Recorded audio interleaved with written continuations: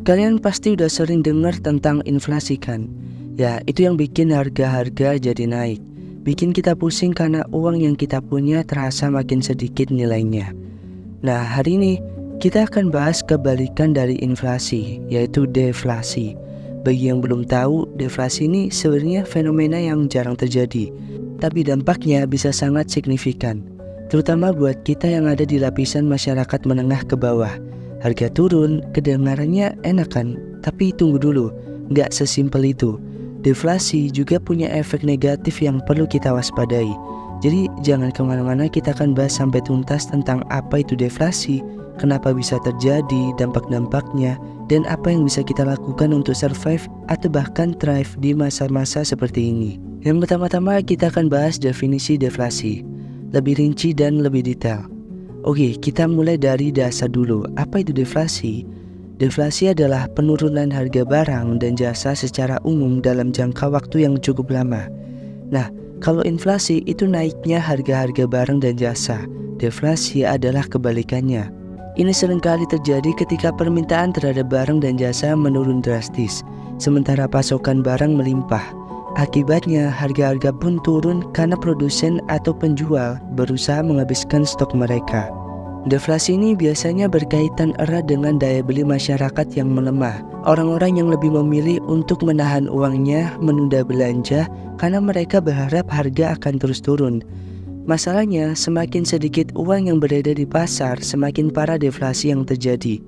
Ini semacam lingkaran setan yang sulit dihentikan tanpa intervensi kebijakan dari pemerintah atau bank sentral.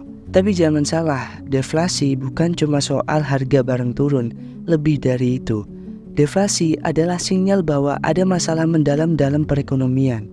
Ketika harga-harga terus turun, produsen mengalami penurunan pendapatan, yang kemudian berimbas pada pengurangan biaya operasional seperti mem-PHK karyawan, mengurangi produksi, atau bahkan menghentikan usaha.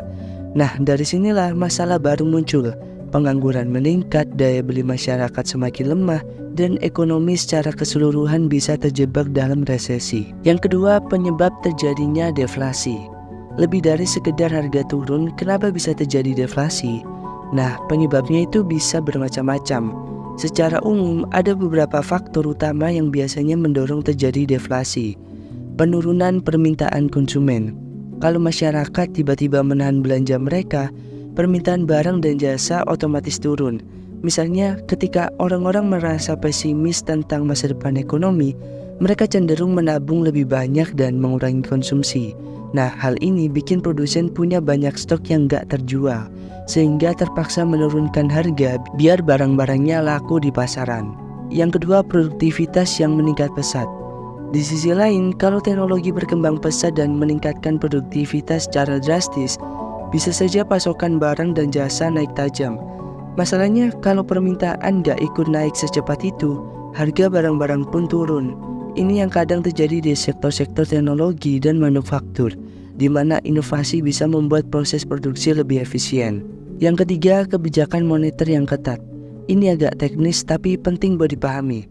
Kalau bank sentral seperti Bank Indonesia menerapkan kebijakan moneter yang ketat dengan menaikkan suku bunga secara drastis, masyarakat akan cenderung menahan pengeluaran karena biaya pinjaman jadi mahal, investasi pun jadi turun, dan ekonomi bisa melambat dan menciptakan kondisi untuk deflasi.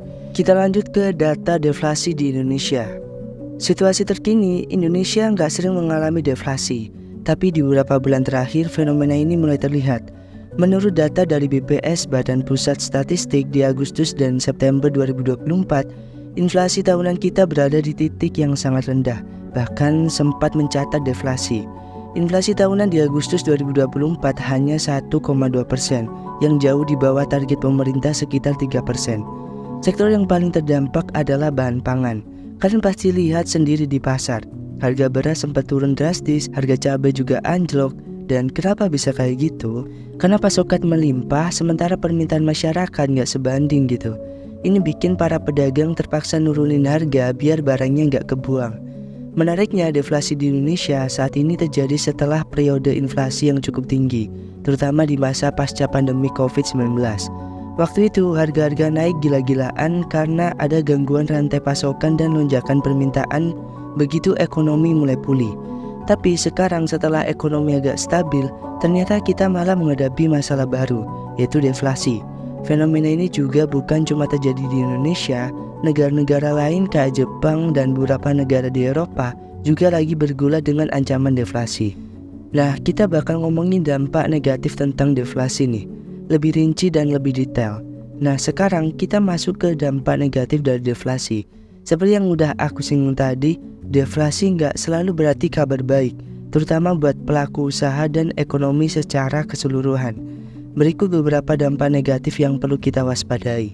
Yang pertama, pengangguran. Salah satu dampak paling parah dari deflasi adalah meningkatnya pengangguran. Kenapa? Karena ketika harga barang-barang turun dan penjualan berkurang, produsen akan merespon dengan mengurangi produksi. Mereka nggak butuh tenaga kerja sebanyak sebelumnya.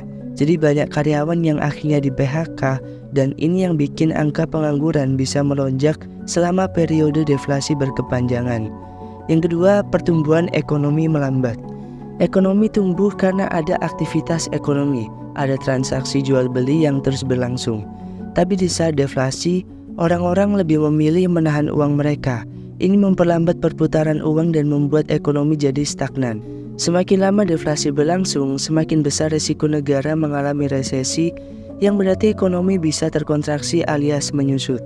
Selanjutnya, beban hutang meningkat. Buat kalian yang punya hutang, deflasi bisa jadi mimpi buruk. Meskipun harga barang-barang turun, nilai real utang kalian sebenarnya meningkat. Misalnya kalau kalian punya utang 10 juta, tapi tiba-tiba harga barang turun, maka beban utang kalian akan terasa lebih berat karena pendapatan yang kalian terima juga ikut turun. Ini yang seringkali membuat orang-orang lebih sulit melunasi hutang selama deflasi berlangsung. Selanjutnya, perang harga dan margin keuntungan menurun. Bagi para pengusaha, deflasi sering memicu perang harga. Karena harga barang terus turun, produsen berlomba-lomba menurunkan harga mereka untuk menarik konsumen. Akibatnya, margin keuntungan semakin tipis dan dalam jangka panjang, banyak bisnis yang bisa kolaps karena nggak mampu lagi menutupi biaya operasionalnya. Kita lanjut dampak positif deflasi. Ada juga dampak positif dari deflasi yang bisa dimanfaatkan, terutama buat kita sebagai konsumen, asal kita tahu cara bermainnya.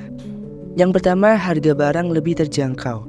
Buat kita yang punya daya beli dan gak terlalu terpengaruh sama penurunan pendapatan, deflasi bisa jadi kabar baik. Harga-harga barang yang turun bikin kita bisa membeli lebih banyak barang dengan jumlah uang yang sama. Misalnya barang-barang elektronik, pakaian, atau kebutuhan sehari-hari jadi lebih murah, yang artinya kita bisa lebih hemat gitu. Yang kedua, daya beli meningkat. Kalau kita nggak punya utang dan pendapatan kalian stabil, deflasi bisa meningkatkan daya beli kalian. Artinya kalian bisa memanfaatkan momen ini untuk membeli barang-barang yang mungkin dulu terasa mahal. Tapi ingat, jangan sampai kalian boros hanya karena harga-harga turun. Harus tetap ada perencanaan yang matang. Jadi apa yang bisa kita lakukan nih sebagai masyarakat menengah ke bawah? Nah, lakuin nih buat menghadapi situasi deflasi ini. Berikut adalah beberapa strategi yang bisa kalian terapkan untuk bertahan atau bahkan mengambil manfaat dari situasi ini. Yang pertama, simpan uang tapi jangan diamkan uang. Salah satu hal pertama yang bisa kita lakukan adalah memperbanyak menabung. Saat deflasi, daya beli uang kita lebih kuat karena harga barang-barang cenderung turun. Tapi ingat, jangan hanya menyimpan uang di bawah bantal atau di rekening tabungan yang bunganya kecil. Sebisa mungkin cari instrumen investasi yang aman tapi tetap memberi imbal balik, seperti deposito berjangka atau reksadana pasar uang. Instrumen-instrumen ini lebih stabil dan relatif aman di masa deflasi. Kenapa jangan hanya menabung? Karena kalau kalian cuma menyimpan uang tanpa memutarnya, nilai uang tersebut bisa turun dalam jangka panjang ketika deflasi berakhir dan inflasi naik kembali. Kalian juga perlu memperhatikan inflasi yang bisa terjadi lagi setiap periode deflasi selesai. Yang kedua, tunda pengeluaran yang besar. Kalau kalian punya rencana buat membeli barang-barang besar atau mahal seperti properti atau kendaraan, mungkin ini saat yang tepat untuk menunda dulu. Kenapa? Karena dengan harga yang terus menurun, ada kemungkinan barang-barang tersebut akan semakin murah di masa mendatang. Tapi kalau kalian benar-benar butuh, tetap pastikan bahwa kalian membeli di waktu yang tepat dan dengan perencanaan yang matang. Jangan terburu-buru ambil keputusan besar di tengah ketidakpastian ekonomi. Yang ketiga, manfaatkan harga diskon tapi bijaklah di masa deflasi. Banyak barang-barang yang dijual dengan harga diskon besar-besaran. Buat kita ini memang menggiurkan, tapi penting buat tetap bijak dalam belanja. Jangan sampai kalian membeli barang hanya karena murah, padahal sebenarnya nggak kalian butuhin gitu. Prioritaskan pengeluaran untuk barang-barang yang memang esensial atau yang bisa menjadi aset jangka panjang. Misalnya kalau kalian memang butuh laptop untuk kerja, ini bisa jadi saat yang tepat buat beli karena harganya mungkin lebih murah gitu. Yang keempat, investasi di sektor yang aman. Deflasi cenderung bikin pasar saham dan properti menjadi lebih fluktuatif, bahkan beresiko menurun drastis. Kalau kalian tertarik investasi, pastikan kalian berinvestasi di sektor-sektor yang lebih aman, seperti emas atau reksadana pasar uang. Emas biasanya aman karena nilainya lebih stabil di tengah ketidakpastian ekonomi. Selain itu, hindari sektor-sektor yang rentan terhadap penurunan harga barang, seperti retail atau manufaktur, karena mereka biasanya yang paling terdampak selama deflasi. Yang kelima, pahami suku bunga dan hutang. Kalau kalian punya hutang, terutama dengan suku bunga variabel, kalian harus lebih waspada. Suku bunga bisa naik atau turun tergantung kebijakan moneter yang ditetapkan oleh Bank Indonesia. Kalau Bank Indonesia menurunkan suku bunga, ini mungkin bisa mengurangi beban bunga hutang kalian. Tapi kalian harus tetap waspada, jangan sampai terjebak dengan mengambil utang baru hanya karena suku bunga yang rendah. Sebaiknya di masa deflasi fokuslah pada pengurangan hutang. Kalau memungkinkan, percepat pelunasan hutang, terutama yang bunganya tinggi, supaya kalian gak terlalu terbebani di masa-masa ekonomi sulit. Di sisi lain, kalau suku bunga rendah, kalian bisa mempertimbangkan refinancing utang, yaitu mengambil utang baru dengan suku bunga lebih rendah untuk melunasi utang lama yang bunganya lebih tinggi. Yang keenam, membangun keterampilan dan inovasi usaha. Buat kalian pengusaha-pengusaha kecil, deflasi bisa jadi masa yang sulit karena harga-harga barang dan jasa turun. Tapi ini juga bisa jadi peluang kalau kalian bisa berinovasi. Fokuslah pada peningkatan kualitas produk atau jasa, bukan hanya mengandalkan diskon. Misalnya kalau bisa mencari cara untuk menambah nilai pada produk kalian, seperti menawarkan layanan tambahan atau meningkatkan pengalaman pelanggan. Selain itu, kalau kalian merasa pekerjaan kalian di sektor yang rentan terkena dampak deflasi, ini mungkin saat yang tepat buat meningkatkan keterampilan atau belajar hal baru. Cari keterampilan yang relevan dengan kebutuhan pasar saat ini atau di masa depan, misalnya dalam bidang teknologi atau digital marketing. Dengan memiliki keterampilan yang lebih beragam, kalian bisa lebih fleksibel menghadapi perubahan di dunia kerja yang terjadi akibat deflasi atau krisis ekonomi. Yang ketujuh, pahami kebijakan pemerintah dan ambil manfaat dari program bantuan. Pemerintah biasanya akan mengeluarkan berbagai kebijakan untuk mengatasi deflasi, seperti penurunan suku bunga, pemberian intensif pajak, atau bahkan bantuan langsung tunai bagi masyarakat yang paling terdampak. Sebagai masyarakat menengah ke bawah, kita harus lebih aware dan memanfaatkan setiap peluang yang ada. Misalnya kalau pemerintah meluncurkan program bantuan subsidi atau BLT, pastikan kalian memenuhi syarat dan segera mendaftar. Juga jangan lupa untuk terus update dengan kebijakan-kebijakan moneter dari Bank Indonesia. Ketika mereka menurunkan suku bunga, ini bisa menjadi momen buat kalian yang punya usaha untuk mengambil pinjaman dengan bunga lebih rendah. Atau buat kalian yang ingin investasi properti saat harganya sedang turun. Yang kedelapan, siap-siap hadapi perubahan saat deflasi berakhir. Yang perlu diingat, deflasi nggak akan bertahan selamanya. Setelah deflasi biasanya ekonomi akan berusaha pulih dan bisa jadi inflasi akan kembali terjadi. Karena itu, kalian harus siap menghadapi perubahan ini.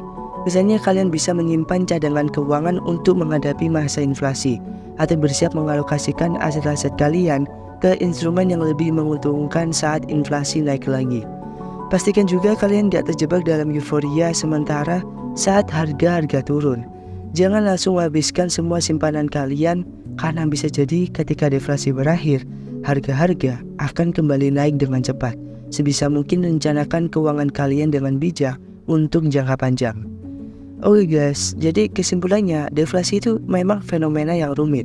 Di satu sisi, harga-harga yang turun bisa bikin kita senang sebagai konsumen, tapi di sisi lain, dampak negatifnya terhadap ekonomi secara keseluruhan bisa sangat besar. Kalau nggak diatasi dengan baik, deflasi bisa bikin ekonomi macet, bisnis tutup, dan pengangguran makin meningkat.